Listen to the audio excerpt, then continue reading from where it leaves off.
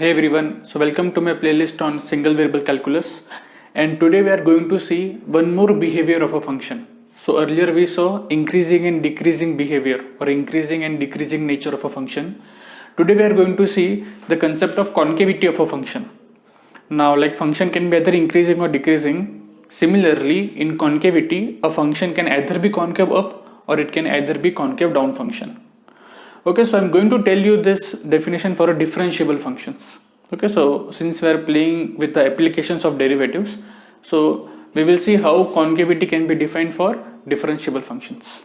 If it is not differentiable, then there is a different definition, but as of now I will keep it aside. Okay, now before giving you the definition of concave up and concave down, let me try to explain you this concept with the help of a graph. So if you know the graph of a function, then by simply looking at the graph, how can you say whether it is concave up or concave down? Okay, so what you do is whenever you have a graph, you take any 2 points on the graph. You take any 2 points. Then you draw the segment joining those 2 points on the graph. If the segment is lying above the graph, okay, for any 2 points, you take any 2 points on the graph and you draw the segment joining the graph of a function. If the segment is lying above the graph, then such a function is said to be concave up function. Okay, so it's easy to remember. Draw the segment. If the segment is above the graph, then the function is concave up function. Okay, so this function, if I say over the interval AB, this, by looking at the graph, I can say that this is a concave up function. What about concave down? So this is a suppose graph of a function. What you do, you take any 2 points on the graph and you draw the line joining, or you can draw the segment joining the points on the graph. If the segment is lying below the graph, then such functions are called as concave down functions. Okay, so that's how one can directly say by looking at the graph whether it is concave up or concave down. Okay, but that's with the help of a graph. But what if you don't know the graph? That's why we need the definitions. Okay, so now if you observe for this concave up graph, now we know that this is a concave up graph.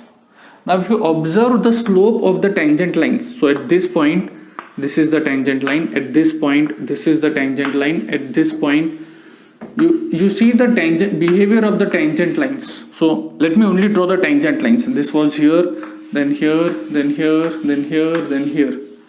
So like these are the tangent lines that I have drawn over here. What you can see, the lines are becoming steeper and steeper. Steeper the line, more is the slope. Okay, so if I ask you that, if I give you this L1 and L2, if I ask you which line has more slope, obviously L2 has more slope than L1 because L2 is steeper than L1. So slope of L2 is bigger than slope of L1. So as the lines becomes more and more steeper, your slopes will keep on increasing.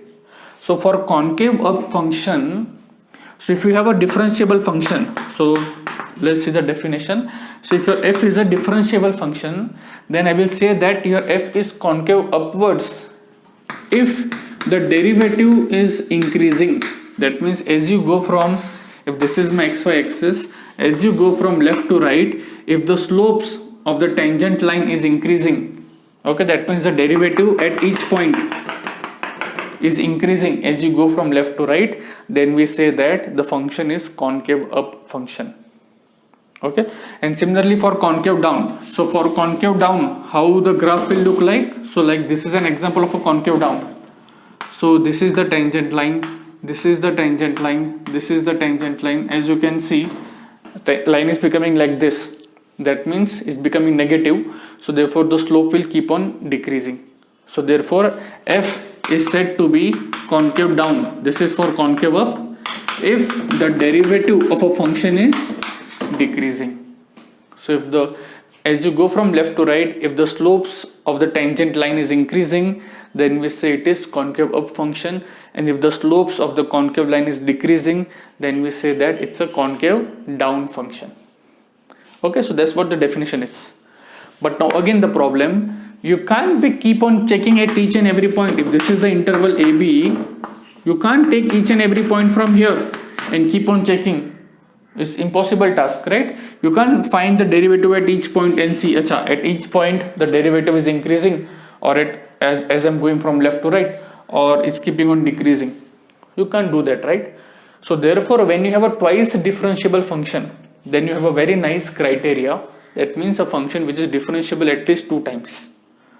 Now why we have a nice criteria when you have twice differentiable function is because if you recall my earlier lecture on increasing decreasing function, when you say a function is increasing if the derivative is positive, and when the function is decreasing when the derivative is negative.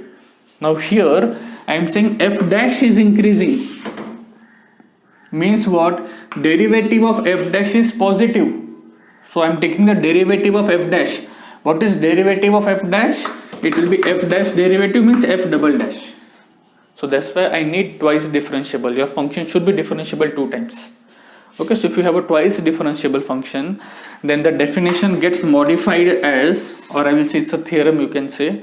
So f is concave up if the derivative is increasing or the double derivative is positive over the given interval. So whenever you have twice differentiable function, simplify its double derivative.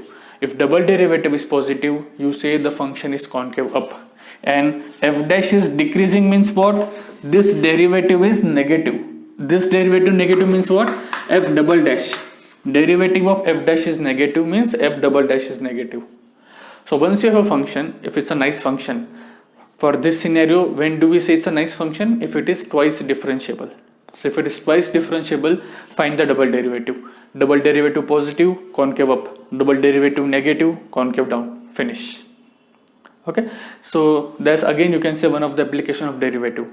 If you know the graph, if the graph is given, directly you see is concave down or concave up, good. But if the graph is not given and if it is a differentiable functions, then you can use this criteria.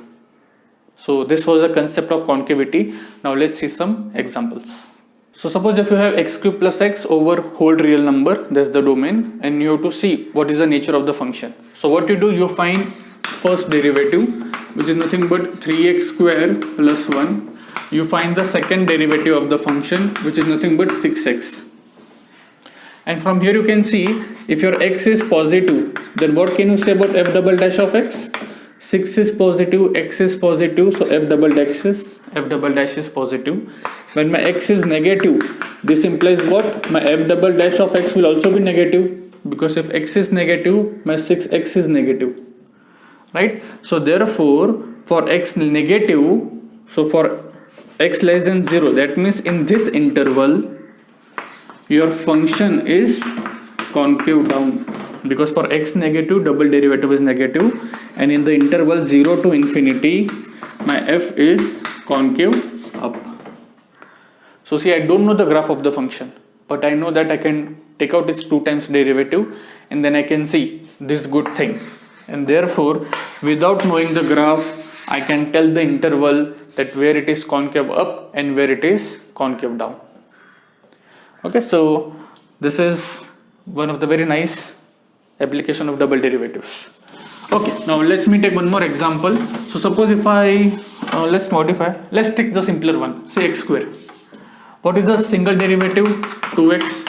What is the double derivative? 2. And 2 is always positive. You take any x over here. What is f double dash? There is no x over here, so f double dash is always positive. So therefore, over the interval minus infinity to infinity, your f is concave upwards. And that's obvious, right? Because if you recall the graph of x square is concave upward, right? You take any 2 points on the graph, the line will always be above the graph. You take any 2 points on the graph, the segment joining the graph of the points on the graph will always be above the graph. So therefore, your x square is concave upwards. Okay, so that's what the concept is. Now see, question is there any good way to play with this concavity? Answer is yes, but for that one should know the concept of inflection point, that I will tell you in the next lecture. But yeah, so let me conclude this session by giving you a homework problem. So let me give you your f of x equal to say sin x. and let me take the interval 0, 2 pi. You have to tell me the concavity, find the derivative, find the double derivative, and tell me where the sign is negative in which interval. Sign of f double dash is negative on which interval, and sign of f double dash is positive in which interval. So you have to tell me the intervals where the function is concave up and concave down. So yeah, that's about concavity. It involves a lot more of things, but for that one should know the concept of inflection point, as I said earlier. So in the next lecture we will see the inflection points and lots of examples. So yeah, if you have any doubt, you can ask me in the comment section. If you don't have any doubt, then yes, do not forget to like, share and subscribe. Thank you.